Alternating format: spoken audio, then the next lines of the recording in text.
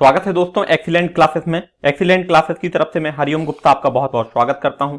जैसा कि प्रतिदिन सुबह 7 बजे करंट अफेयर का वीडियो हमारे यूट्यूब चैनल पर दिया जाता है, जिसका पीडीएफ आप हमारे व्हाट्सएप ग्रुप को ज्वाइन कर डाउनलोड कर सकते हैं। मैं आपको बता दूं कि प्रतिदिन सुबह 7 बजे करंट अफेयर का वीडियो और यहाँ पर शाम को 3 बजे लाइव क्लासेस यहाँ पर हम करते हैं। हाल में ही रेलवे भर्ती परीक्षा, दिल्ली पुलिस परीक्षा एवं राजस्व विभाग की भर्ती के लिए हम यहाँ पर लाइव क्लासेस कंडक्ट कर रहे हैं और हाल में ही चल रहा है संविधान का लाइव टेस्ट, जो प्रतिदिन शाम को 3 बजे कंडक्ट होता है।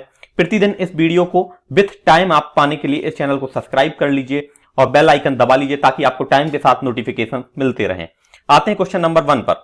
कोरोना महामारी में दुनिया का सबसे बड़ा चुनाव, वर्ल्ड का सबसे बड़ा चुनाव किस दौरान में, जब चल रहा है दुनिया जूझ रही है कोरोना महामारी से, इस दौरान किस राज्य में होगा?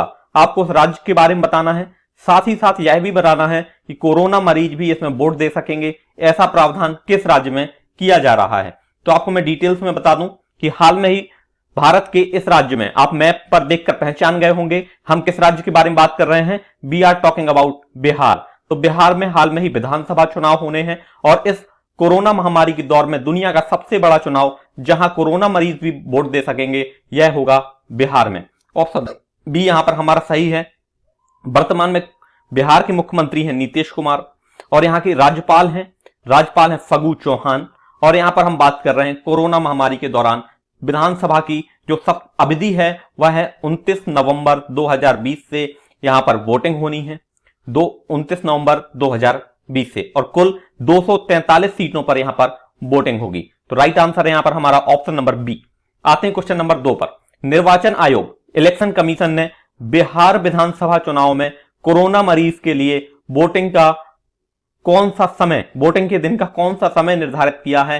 ये यहां पर इंपॉर्टेंट है। कोरोना मरीज वोटिंग कर सकेंगे, ये हमने पिछले क्वेश्चन में देखा है, लेकिन कोरोना पेशेंट पूरे दिन वोटिंग नहीं करने पाएंगे, उनके लिए विशेष टाइम यहां पर निर्धारित किया गया है। तो आपको मैं यहां पर डिटेल से बता देता हूं कि जो वोटिंग टाइम होगा कोरोना पेशेंट के लिए वह होगा ऑप्शन नंबर बी, शाम 5 बजे से 6 बजे तक 1 घंटे का समय होगा। बेसिकली 5 चीजें जो कोरोना की वजह से बिहार चुनाव में पहली बार होंगी। पहला, वोटिंग जो हमारी पोलिंग बूथ होगी उस पर मतदाताओं की संख्या घटाई गई है, अर्थात यहां पर नंबर ऑफ बूथ ज्यादा बनेंगे। कोरोना पेशेंट के लिए सिर्फ 1 घंटा दिया गया है, वह 5 से 6 बजे के बीच में यहां पर वोटिंग कर पाएंगे। और यहां पर डिटेल्स में बताऊं कि यहां पर होना है 243 सीटों के लिए हाल में ही विधानसभा चुनाव होना है, जो होंगे 29 नवंबर 2020 से शुरू। तो यहां पर राइट आंसर है ऑप्शन नंबर बी। आते हैं क्वेश्चन नंबर 3 पर। क्वेश्चन नंबर 3 है हमारा यहां पर हार्ले डेविसन कंपनी किसकी है? बाइक बनाने वाली कंपनी है हार्ले डेविसन। बाइक कंपनी ने भारत में फैक्ट्री और कारोबार को बंद कर दिया है। यह किस देश की कंपनी है? तो कोरोना के टाइम पर यहां पर कहा जाए फॉरेन डायरेक्ट इन्वेस्टमेंट भारत सरकार लाना चाह रही है, लेकिन यहां पर हार्ले डेविसन एक कंपनी जो बाइक मैन्युफैक्चरर है, वर्ल्ड की सबसे महंगी बाइकों में इनको माना जाता है हार्ले डेविसन।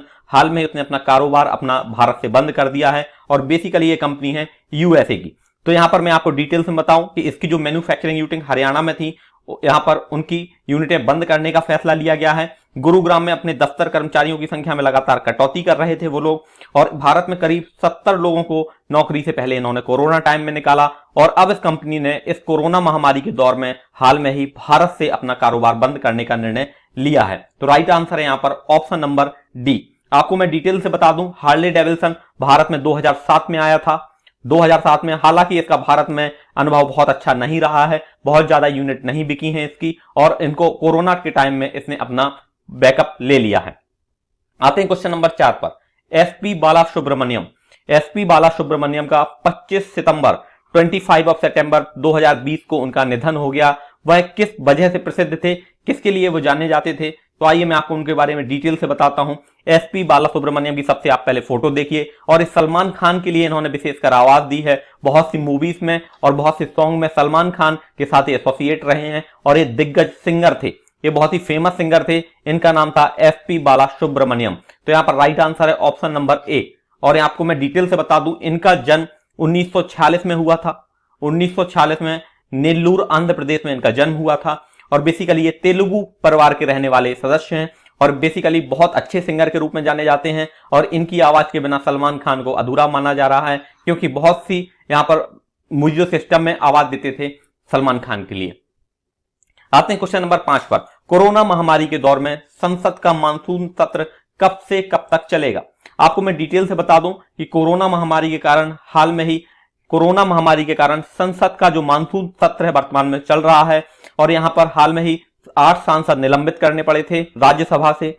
यह भी हमने जाना था कि क्यों करने पड़े थे, कृषि बिल का विरोध कर रहे थे। और कोरोना महामारी के कारण 14 से 24 सितंबर तक चलेगा संसद का मानसून सत्र। तो ऑप्शन नंबर ए यहां पर सही है। बेसिकली ये कब तक चलने वाला था, तो जो घोषणा हुई थी उसके अकॉर्डिंग चलने वाला था 1 अक्टूबर तक, लेकिन कोरोना के दौर में इसको 24 सितंबर तक ही चलाने का निर्णय लिया गया है, और इस महामारी के दौरान इसमें कटौती का निर्णय लिया गया है। इस संभव है कि अगला सत्र, कौन सा सत्र होगा अगला सत्र? मानसून के बाद आता है शीतकालीन सत्र। शीतकालीन सत्र इसके बाद शुरू होगा।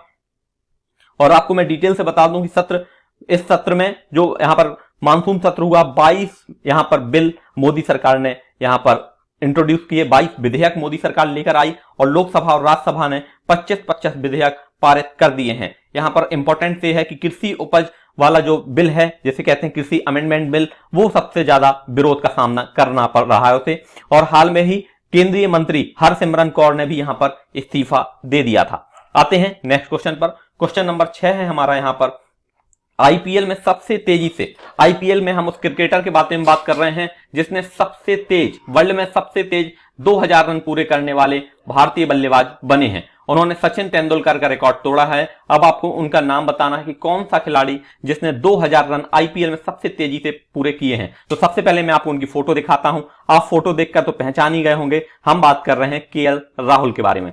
केएल राहुल ने 2000 रन पूरे किए हैं सबसे तेज आईपीएल में, और वर्तमान में आईपीएल चल रहा है यूएई में। भारत में ये सेलिब्रेट करने का परमिशन नहीं मिली थी, इसके बाद आईपीएल खेले जा रहे हैं यूएई में। और यहां पर 69 मैचों में 60 पारियों में उन्होंने 2000 रन पूरे किए। पहले यह रिकॉर्ड सचिन तेंदुलकर के नाम था, और जिन्होंने 63 पारियों में, सचिन तेंदुलकर ने बनाए थे 63 पारियों में 2000 रन, और केएल राहुल ने बना दिए हैं 60 पारियों में 2000 रन। तो सचिन तेंदुलकर का रिकॉर्ड यहां पर उन्होंने तोड़ दिया है। क्रिस गेल आईपीएल में सबसे तेज 2000 रन बनाने वाले दुनिया के सभी बल्लेबाजों में यहां पर उनका शुमार है। उन्होंने 48 मैचों में, अगर बात की जाए सबसे तेज 48 मैचों में 2000 रन बनाए क्रिस गेल ने वेस्ट इंडीज से, और भारत की तरफ से सबसे तेज बनाए हैं केएल राहुल ने। तो ऑप्शन नंबर बी यहां पर हमारा सही है, राइट आंसर है ऑप्शन नंबर बी। आते हैं क्वेश्चन नंबर 7 पर। संयुक्त राष्ट्र पर्यावरण कार्यक्रम UNEP, United Nation environmental programme ने भारत के क्षेत्रीय राजदूत, रीजनल एम्बेसडर किसे नियुक्त किया है?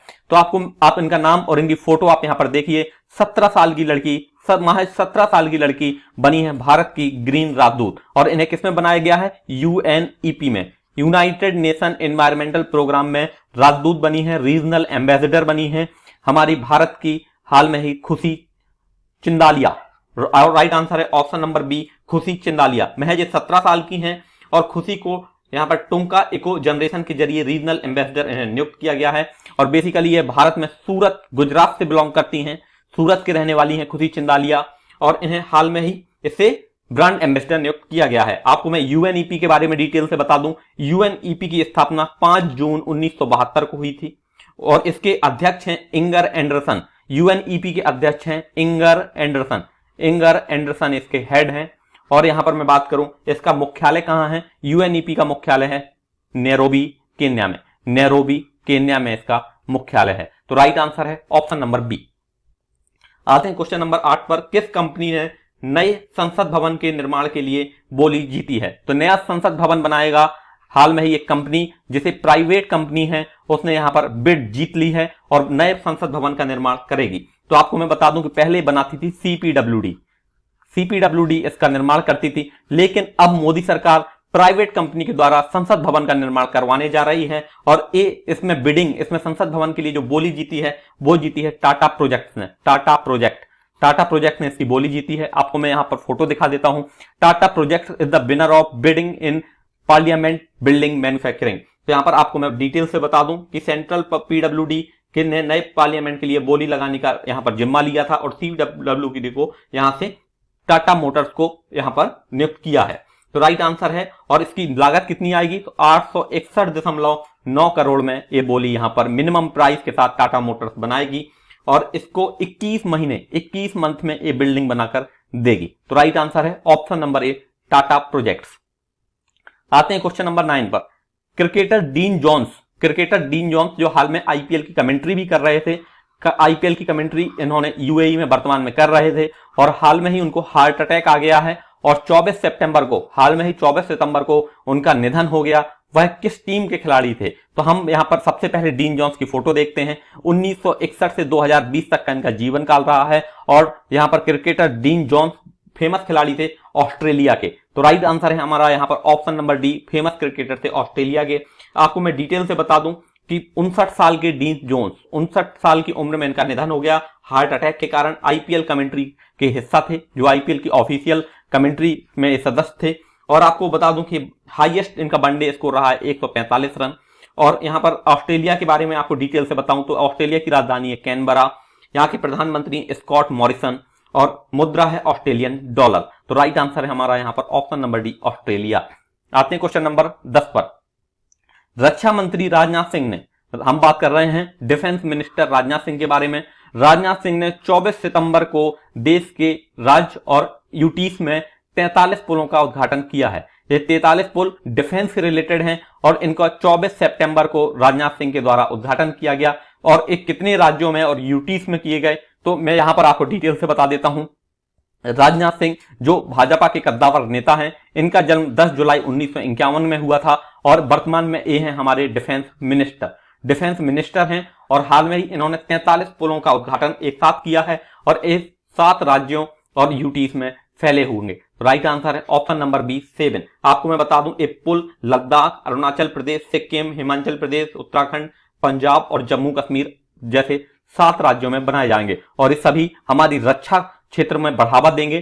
तो यहां पर डिफेंस को एक नई मूव मिलेगी। जिस तरह से डिफेंस को मजबूत करना हमारे डिफेंस मिनिस्टर की जिम्मेदारी होती है, इसी का काम करते हुए राजनाथ सिंह ने 7 राज्यों में 43 पुलों का उद्घाटन किया है। तो राइट आंसर है ऑप्शन नंबर बी। आते हैं क्वेश्चन नंबर 11 पर।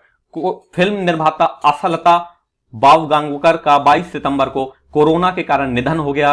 वह किस राज्य की रहने वाली थी? तो आपको मैं डिटेल से बताऊं, ये फिल्म बेसिकली आशालता थी, मराठी एक्टर, और उनका 22 सितंबर को कोरोना पॉजिटिव होने के कारण उनका निधन हो गया। उनका जो रेस्पिरेटरी सिस्टम था, श्वसन तंत्र था, वो पूरी तरह ब्लॉक हो गया और उनके शरीर में ऑक्सीजन का लेवल घटता चला गया और उनकी मृत्यु हो गई। तो यहां पर हम बात कर रहे हैं मराठी एक्ट्रेस आशालता बावकर के बारे में। और ये कहां से बिलोंग करती हैं? तो ये बिलोंग करती हैं ऑप्शन नंबर डी, गोवा से।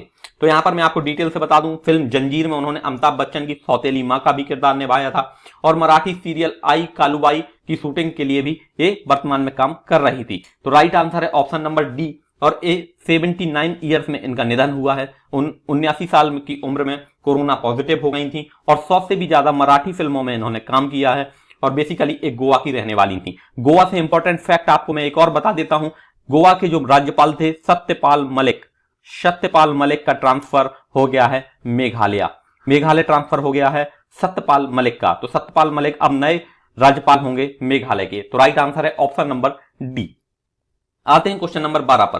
क्वेश्चन नंबर 12 है हमारा यहां पर मोक्ष कलश योजना। हाल में ही 2020 में इसको मंजूरी मिल गई है। आपको बताना है कि मोक्ष कलश योजना किस राज्य में मंजूरी दी गई है। तो आपको मैं सबसे पहले डिटेल से बता दूं कि मोक्ष कलश योजना क्या होती है। तो यहां पर 22 सितंबर को इसको मंजूरी दी है राजस्थान के मुख्यमंत्री अशोक गहलोत ने। बेसिकली ये कांग्रेस से बिलोंग करते हैं और कोविड-19 की वजह से मौत के बाद जिन लोगों की अस्थियों विसर्जन के लिए लोगों को इंतजार करना पड़ रहा था, अब उनका इंतजार खत्म हुआ। मोक्ष कलश योजना के तहत जिन लोगों की मृत्यु कोरोना के कारण हो गई है, उन सभी लोगों की अस्थियां सुरक्षित तरीके से सभी परिजनों को दे दी जाएंगी। इस योजना के तहत ऐसे परिवार के लोग जो सदस्यों के साथ अस्थियां गंगा में प्रवाहित करने के लिए हरिद्वार राजस्थान राजपथ परिवहन निगम के लिए निःशुल्क बसों में सेवा भी ये प्रदान करेंगे। तो काफी अच्छी पहल है इनकी तरफ से। और यहाँ के जो मुख्यमंत्री हैं वो हैं अशोक गहलोत और यहाँ के राज्यपाल का नाम बताऊं तो राज्यपाल हैं कलराज मिश्र। और राइट आंसर है यहाँ पर ऑप्शन नंबर बी, राजस्थान। तो यहाँ पर यह इसके लिए एक नोडल एजेंसी भी यहाँ पर इन्होंने अपॉइंट की है। आते हैं क्वेश्चन नंबर 13 पर। राफेल की पहली महिला पायलट कौन बनी है? एक क्वेश्चन हमने कल के वीडियो में डिस्कस किया था। पहली महिला पायलट जिसने MiG-21 उड़ाने का भी इनका एक्सपीरियंस है और यह है फ्लाइट लेफ्टिनेंट इंडियन एयरफोर्स में फ्लाइट लेफ्टिनेंट है वोमेन एम्पावरमेंट से क्वेश्चन है, भारतीय महिलाओं की प्रगति से संबंधित क्वेश्चन पूछा जा सकता है, कौन सी ऐसी महिला फ्लाइट कमांडर है जिन्होंने राफेल की पहली महिला फ्लाइट कमांडर बनी है। तो इनका राइट आंसर आपको कमेंट सेक्शन में देना है। ये हमने कल के वीडियो में डिस्कस किया था। यदि आप उनका नाम नहीं जानते हैं तो कल का वीडियो देख सकते हैं, बहुत ही इंपॉर्टेंट है, वेरी मोस्ट इंपॉर्टेंट क्वेश्चन है एग्जाम पॉइंट ऑफ व्यू से। जल्दी से राइट आंसर आप कमेंट सेक्शन में दे दीजिए, कमेंट सेक्शन में इनका नाम बताना है। आते हैं क्वेश्चन नंबर 14 पर, घर तक फाइबर योजना का शुभारंभ किस राज्य में किया गया है। तो इंपॉर्टेंट फैक्ट है, आपको मैं यहां पर बता दूं कि घर तक फाइबर पीएम नरेंद्र मोदी के द्वारा घर तक फाइबर प्रोग्राम बिहार में हाल में ही लॉन्च किया गया है। आप यहां पर देख रहे होंगे बिहार पे इतना फोकस क्यों है, क्योंकि बिहार में है विधानसभा चुनाव, और जहां पर चुनाव होते हैं वहां पर पार्टियां बहुत ज्यादा फोकस करती हैं। और हाल में ही बिहार में है 243 सीटों पर चुनाव, और यहां पर वर्तमान में भाजपा समर्थित सरकार है। तो यहां पर बीजेपी बिल्कुल भी नहीं चाहेगी कोई और पार्टी सरकार बनाए, इसलिए धड़ाधड़ यहां पर योजनाओं पे योजनाएं लागू कर रही है। और घर तक फाइबर है इंटरनेट सुविधा मुहैया कराने के लिए, और इसकी शुरुआत की थी प्रधानमंत्री श्री नरेंद्र मोदी ने। तो आपको बताना है कि इसका राइट आंसर है ऑप्शन नंबर डी, बिहार। यहाँ के मुख्यमंत्री हैं नीतीश कुमार, और यहाँ के जो राज्यपाल हैं वो हैं फागू चौहान। तो राइट आंसर है ऑप्शन नंबर डी। ये है आज का हमारा क्वेश्चन नंबर 15। क्वेश्चन नंबर 15, राष्ट्रीय तकनीकी अनुसंधान एनटीआरओ के नए अध्यक्ष कौन नियुक्त हुए हैं। ये है हमारा lucky question number 2। Lucky question number 2 है, आपको इनका नाम बताना है। सबसे पहले मैं आपको इनकी फोटो दिखा देता हूं, ये रही इनकी फोटो। आपको बताना है NTRO national technology research organisation का हेड हाल में इन्हें नियुक्त किया गया है। और इनका नाम क्या है, ये अपॉइंटमेंट से रिलेटेड क्वेश्चन है, आपको एग्जाम पॉइंट ऑफ व्यू से वेरी इंपॉर्टेंट है। आपको इनका नाम कमेंट सेक्शन में बताना है, कल के वीडियो में हमने डिस्कस किया था।